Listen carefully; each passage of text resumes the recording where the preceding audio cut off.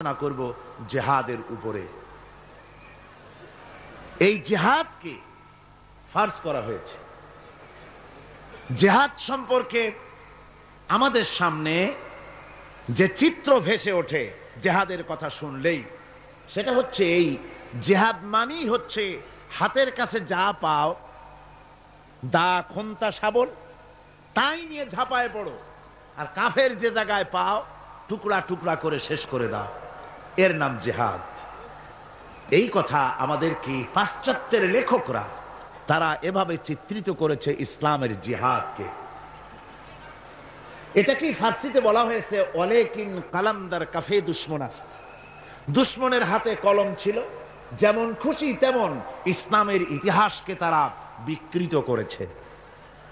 জিহাদ এটি হারবের প্রতিশব্দ নয়, জিহাদ এটি এর প্রতিশব্দ নয়, জিহাদ এটি যুদ্ধের প্রতিশব্দ নয়।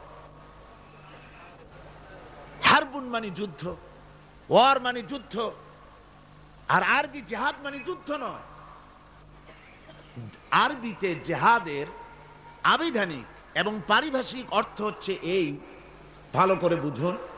জিহাদ শব্দের আবিধানিক এবং পারিভাষিক অর্থ হচ্ছে এই যে যে কোনো উদ্দেশ্যকে সফলতার শীর্ষে পৌঁছে দেওয়ার জন্যে যে প্রাণান্তকার প্রচেষ্টা চালানো হয়, ওই প্রচেষ্টার আরবি নাম হচ্ছে জিহাদ। এই আরবি নামটি কি? জিহাদ। আমি আল্লাহর দ্বীন কায়েম করতে চাই, এজন্য যে আল্লাহ পাক আমাকে যদি শক্তি দিয়ে থাকেন অর্থ খরচ করা, আমার যদি টাকা কড়ি থাকে, এই রাস্তায় টাকা খরচ করা হচ্ছে আমার মালি জিহাদ। এই রাস্তায় যদি আমি বক্তব্য রাখতে পারি, তো আমি যদি বলিষ্ঠ কণ্ঠে আল্লাহর দ্বীন কায়েমের সংগ্রামের পথে যদি কথা বলতে পারি, এটা আমার বক্তব্যের জিহাদ। আল্লাহ যদি আমাকে শক্তি দিয়ে থাকেন কলমের, আমি যদি ইসলামের সপক্ষে দ্বীন প্রতিষ্ঠার লক্ষ্যে যদি আমি লিখি, এটা আমার কলমের জিহাদ, আমার চিন্তার জিহাদ, আমার মেধার জিহাদ, আমার প্রজ্ঞার জিহাদ। সর্বশেষ যদি এই আন্দোলনকে পরিচালিত করতে গিয়ে যদি সশস্ত্র হামলার মোকাবেলা করতে হয়, তাহলে সশস্ত্রভাবেই মোকাবেলা করাটাই হচ্ছে জিহাদের চূড়ান্ত রূপ।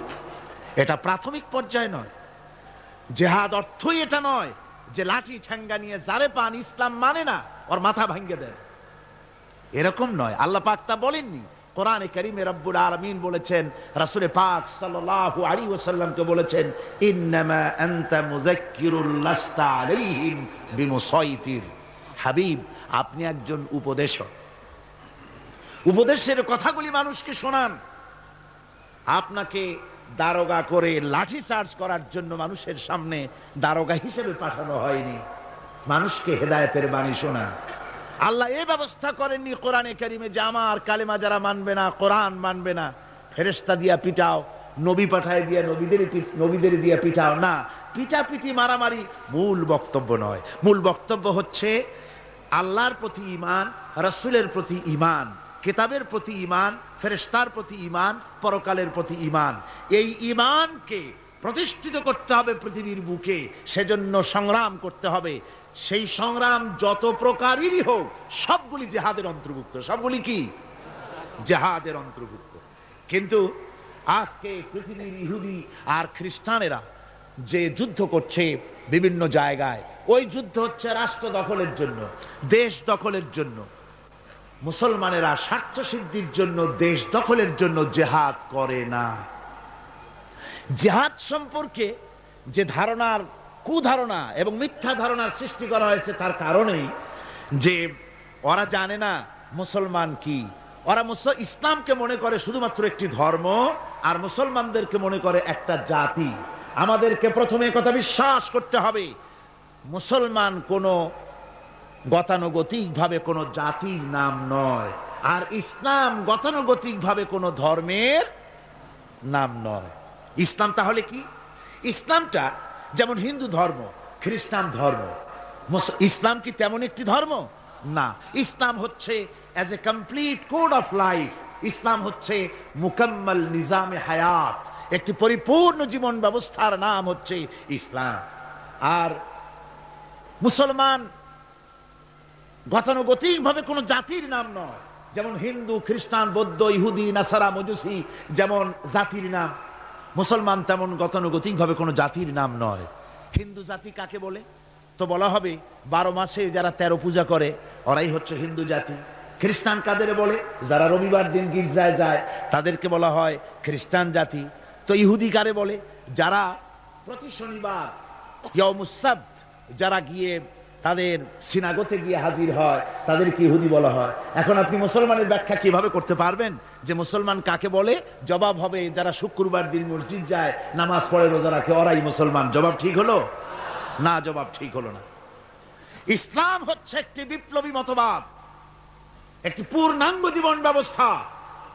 আর এই জীবন ব্যবস্থাকে যারা দুনিয়ার বুকে প্রতিষ্ঠিত করতে চায় সেই রেভলিউশনারি পার্টির নাম হচ্ছে ইসলাম, মুসলমান। সেই দলের নাম কি? মুসলমান। এই মুসলমানেরা পৃথিবীর বুকে তারা যুদ্ধ করে না স্বার্থ হাসিলের জন্য, দেশ দখল করার জন্য তারা যুদ্ধ করে না। তাদের স্ট্রাগল, তাদের সংগ্রাম হচ্ছে আল্লাহর বিধান জমিনের উপরে প্রতিষ্ঠা করা। এই জন্য রাসূল পাক বলেছেন জিহাদ হচ্ছে সর্বোত্তম ইবাদত। সর্বোত্তম ইবাদত কি?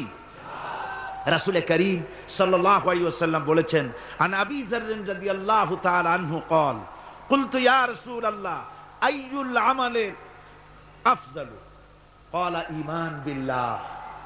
আমি জিজ্ঞেস করলাম রাসূলকে, হযরতে আবু যার রাদিয়াল্লাহু তাআলা আনহু বলছেন আমি রাসূলকে জিজ্ঞেস করলাম, হে আল্লাহর রাসূল সবচেয়ে উৎকৃষ্ট আমল কোনটি?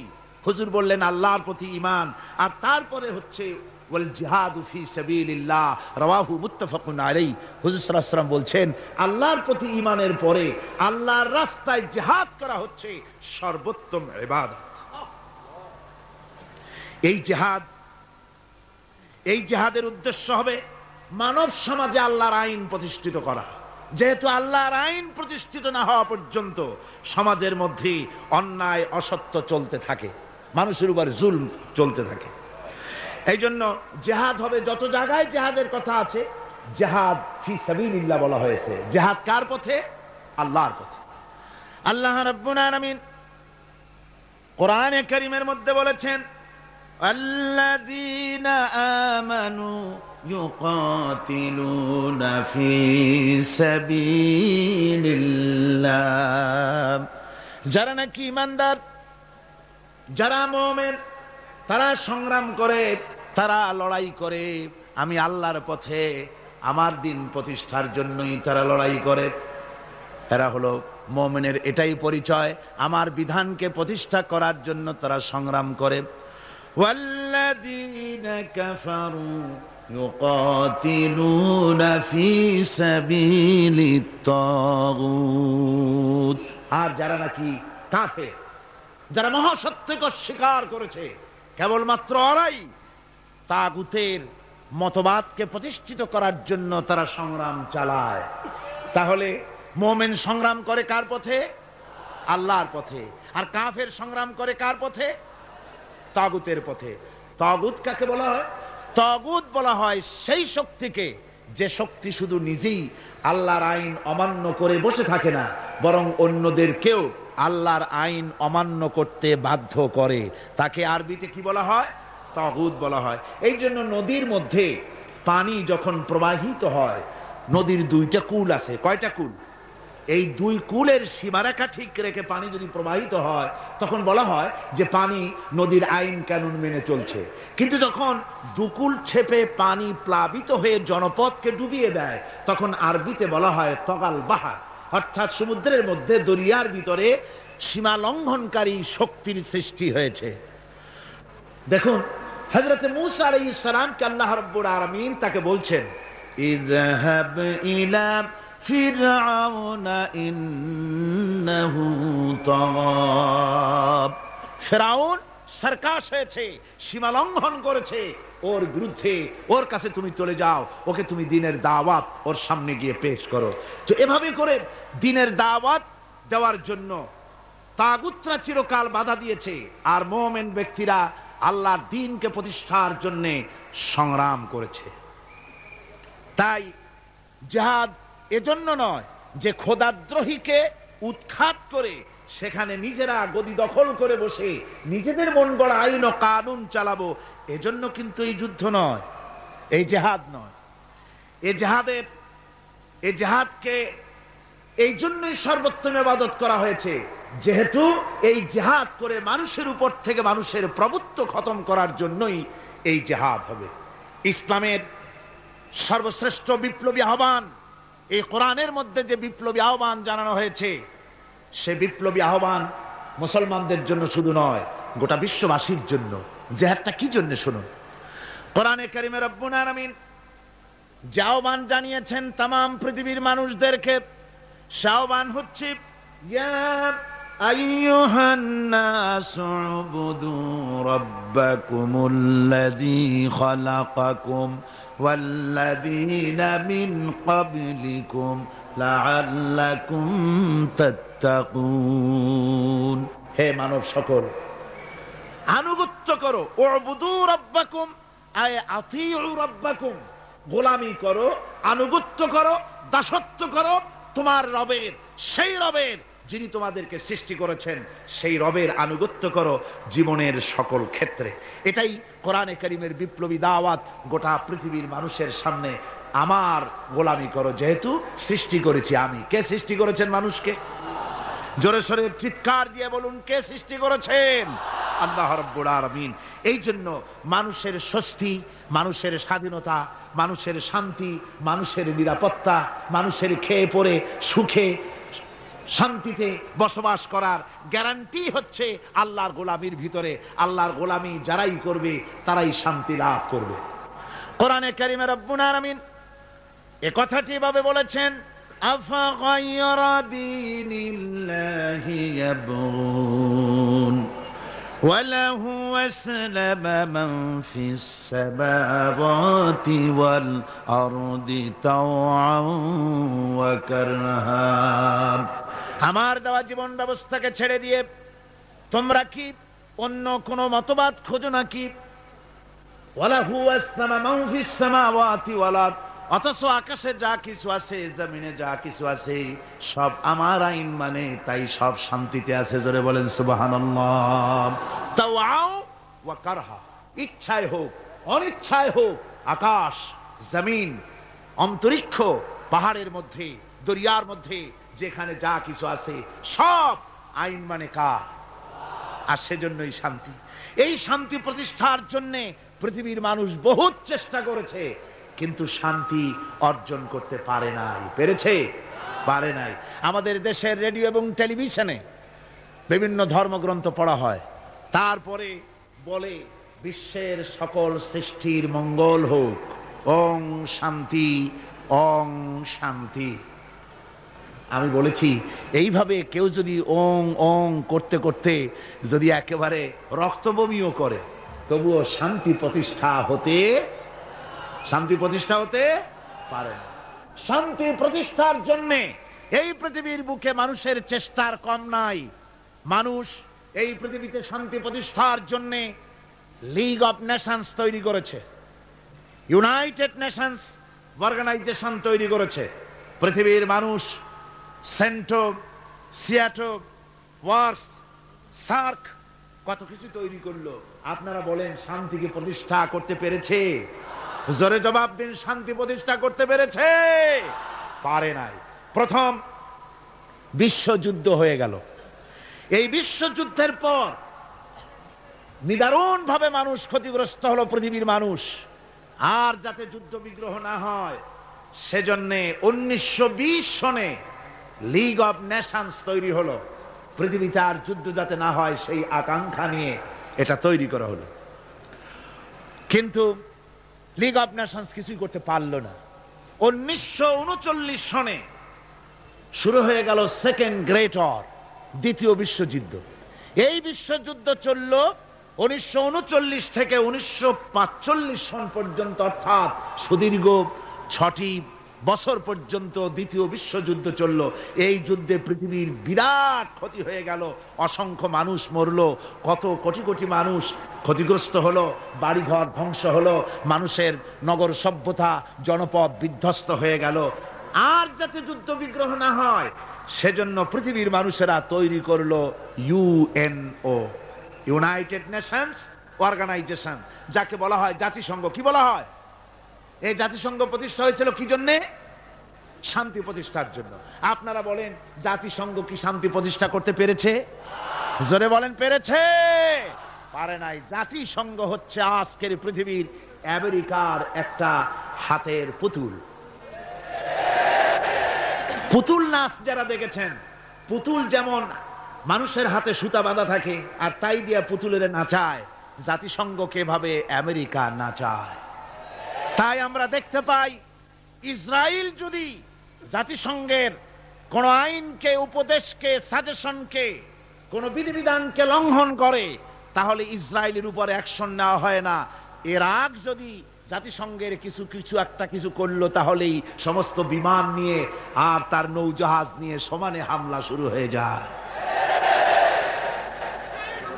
দুনিয়ার সোমালিয়ার ভিতরে মারামারি তারাই লাগিয়েছে, বসনিয়ায় মারামারি ওরাই লাগিয়েছে। এখানে জাতিসংঘের কোনো ভূমিকা নাই।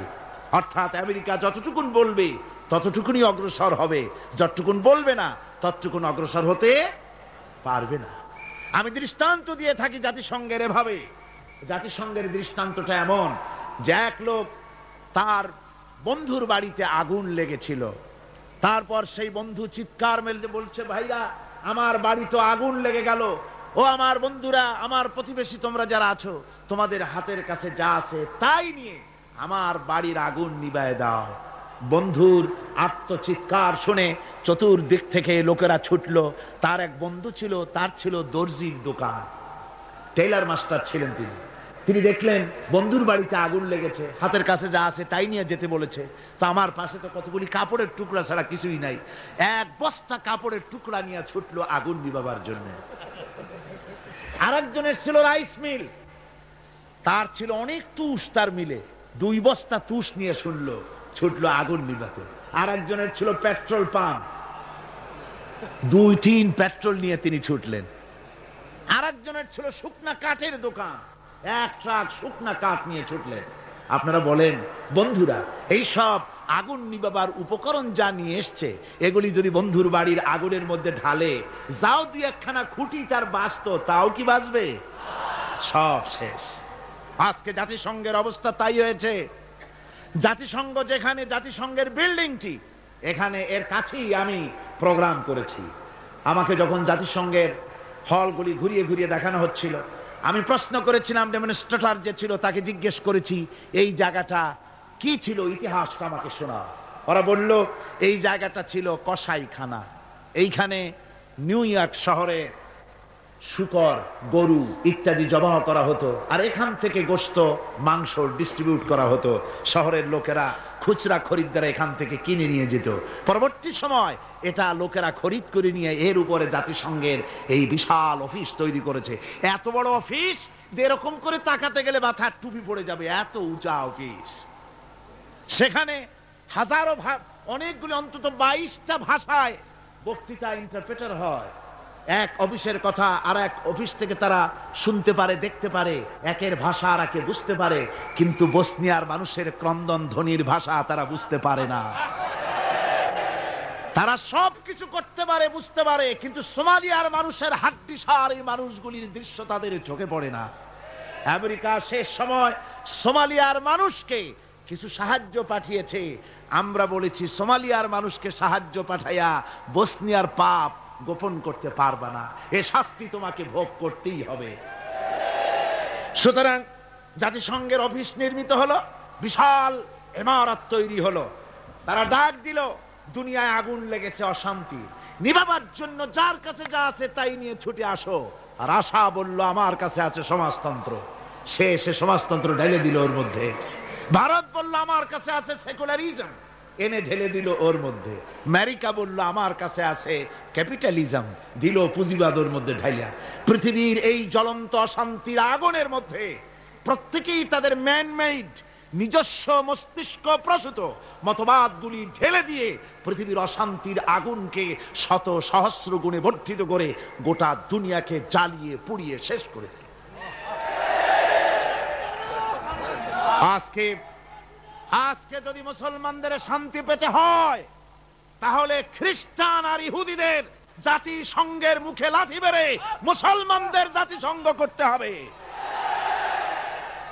বিশ্ব শান্তি প্রতিষ্ঠার জন্য আল্লাহ রাব্বুল আলামিন স্থায়ী পরিকল্পনা দান করেছেন। রব্বুল আলামিন বলেছেন, তাআলাউ ইলা কালিমাতিন সাওয়াইন বাইনানা ওয়া বাইনাকুম আল্লা না'বুদা ইল্লাল্লাহ। আল্লাহ পাক বলছেন, ও আমার হাবিব, আপনি বলুন, ও আহলে কিতাবের লোকেরা, ও খ্রিস্টান জগৎ, ও পৃথিবীর মানুষেরা, তাআলাউ ইলা কালিমাতিন সাওয়াইন বাইনানা ওয়া বাইনাকুম, এমন একটা কথার দিকে তোমরা ঐক্যবদ্ধ হও যেটা তোমাদের জন্য আর আমাদের জন্য সমভাবে প্রযোজ্য। তা হচ্ছে এই, আল্লাহ না'বুদা ইল্লাল্লাহ, আল্লাহ ছাড়া কারো গোলামি করব না। আমেরিকার গোলামি নয়, রাশিয়ার গোলামি নয়, ফ্রান্স এবং ব্রিটেনের গোলামি নয়, ভারতের গোলামি নয়, গোলামি হবে আল্লাহ সুবহানাহু ওয়া তাআলা। এরই মধ্যে শান্তি নিহিত। শান্তি কোথায় নিহিত? আল্লাহর গোলামির মধ্যেই, এরই মধ্যেই শান্তি নিহিত।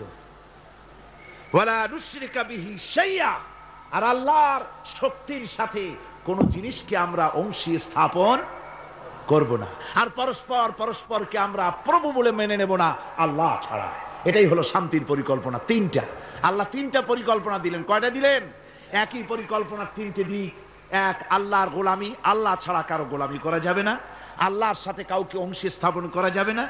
ওয়ালা ইয়াত্তাখিযা বা'দুনা বা'দান আরবাবাম মিন দুনিল্লাহ, আর আল্লাহ ছাড়া কাউকে প্রভু বলে মানা যাবে না। আল্লাহ ছাড়া কাউকে সুপার পাওয়ার বলে আমরা মানি না। সুপার পাওয়ার আকাশে জমিনে একজনই আছেন, তার নাম কি? আল্লাহ। জোরে বলেন, তার নাম কি? ওই আল্লাহ রাব্বুল আলামিন বলেছেন, ইনিল হুকমু ইল্লা লিল্লাহ, হুকুম, আইন একমাত্র আল্লাহরই চলতে পারে, মানুষের উপরে আর কারো না। আলা লাহুল খালকু ওয়াল আমর, সৃষ্টি যার, আইন চলবে সেই আল্লাহ রাব্বুল আলামিনের। মানুষের এই কথা কেন আমাদের মাথার মধ্যে ঢোকে না? আমাদের মাথার মধ্যে এই কথা আসা দরকার। এই পৃথিবীতে কই একটা গরু তো আর একটার গরুর আইন মানে না। লক্ষ্য করেন, মাঠে ময়দানে যে বড় বড় গরু আছে, যে গরুটার শিং মোটা, স্বাস্থ্য মোটা, সেই গরু সে বলে নাকি যে এর মধ্যে দুর্বল যত গরু আছে কেউ নড়তে পারবে না, আমার হুকুম মেনে চলতে হবে। আর সমস্ত ছোট গরুরা বয়স ছোটে জড়সড় হইয়া ঘাস খাওয়া বাদ দিয়া মাঠের এক কোনায় গিয়ে দাঁড়ায় রয়েছে, এরকম দেখা গেছে কখনো? একটা গরু আর একটা গরুর আইন মানে না, একটা গাধার একটা গাধার আইন মানে না, একটা ব্যাঙ ছোট্ট প্রাণী, সেই ব্যাঙও আর একটা ব্যাঙের আইন মানে না। ভাদ্র মাসে, শ্রাবণ মাসে যখন বৃষ্টি পড়ে, তখন বড় ব্যাঙটা সে বলে না যে ছোট ব্যাঙেরা একটা টু শব্দ করতে পারবি না, যত গ্যাং ওর গ্যাং আমিই করব। আর সব ব্যাঙেরা বয়স ছোটে চুপ হয়ে গেছে, এরকম হয়েছে কখনো? মুসলমান ভাইয়েরা, একটা গাধা একটা গাধার আইন মানে না, একটা কুত্তা একটা কুত্তার আইন মানে না, একটা ব্যাঙ একটা ব্যাঙের আইন মানি না। তুমি মানুষ হয়ে আর একটা মানুষের তৈরি করা আইনের সামনে কি করে মাথা নত করো? এটা শিরকুন আযীম।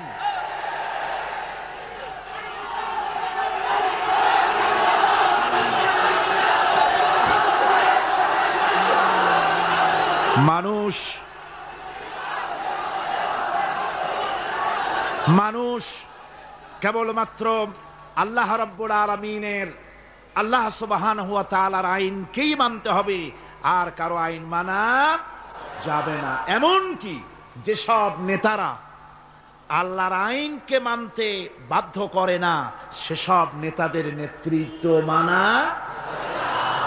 আল্লাহ রাব্বুল আলামিন কোরআনে কারীমের মধ্যে বলেছেন, ওয়ালা তুতিউ আমরাল মুসরিফিনাল্লাযীনা ইউফসিদুনা ফিল আরদি ওয়ালা ইউসলিহুন। আল্লাহ পাক বলেন, ওই সব নেতাদের আনুগত্য মোটেও করো না যারা নাকি জমিনের উপরে বিপর্যয় সৃষ্টি করে, ফাসাদ সৃষ্টি করে, আর সংশোধনমূলক কোনো কাজ করে না। ওই সব নেতাদের কোনো কথা তোমরা মেনো না, তাদের অনুসরণ করো না। আইন মানা তো দূরের কথা, ওদের আনুগত্যও করো না।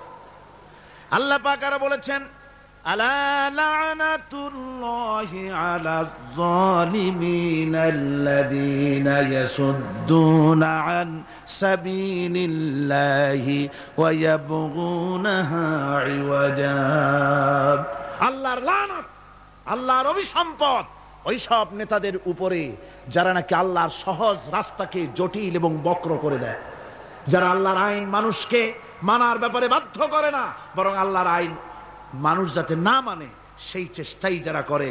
আল্লাহর রাস্তায় ওয়াসুদ্দুন আন সাবিলিল্লাহ, আল্লাহর রাস্তায় যারা ইসলামী আন্দোলনের সামনে, আল্লাহর দ্বীনের সামনে যারা প্রতিবন্ধকতার সৃষ্টি করে, আল্লাহ বলেন তাদের উপরে আল্লাহর লানত, তাদের উপরে আল্লাহর কি লানত। এই জন্য কোরআনে কারীম বলছে এই সমস্ত নেতৃত্ব, খোদা বিরোধী নেতৃত্ব, আল্লাহদ্রোহী নেতৃত্ব যেখানেই প্রতিষ্ঠিত হয় সেখানে তারা দুইটা কাজ করে। যেখানে ইসলাম থাকে না সেখানে তারা যদি ক্ষমতা দখল করে দুইটা কাজ করে। কয়টা কাজ? কোরআনে রব্বুল আলামিন কোরআনে কারীমে বলেছেন, ইন্নাল মুলুকা ইযা দাখালু ক্বরিয়াতান আফসাদুহা ওয়া জাআলু আইজ্জাতা আহলিহা আযিল্লা ওয়া কাযালিকা ইয়াফআলুন।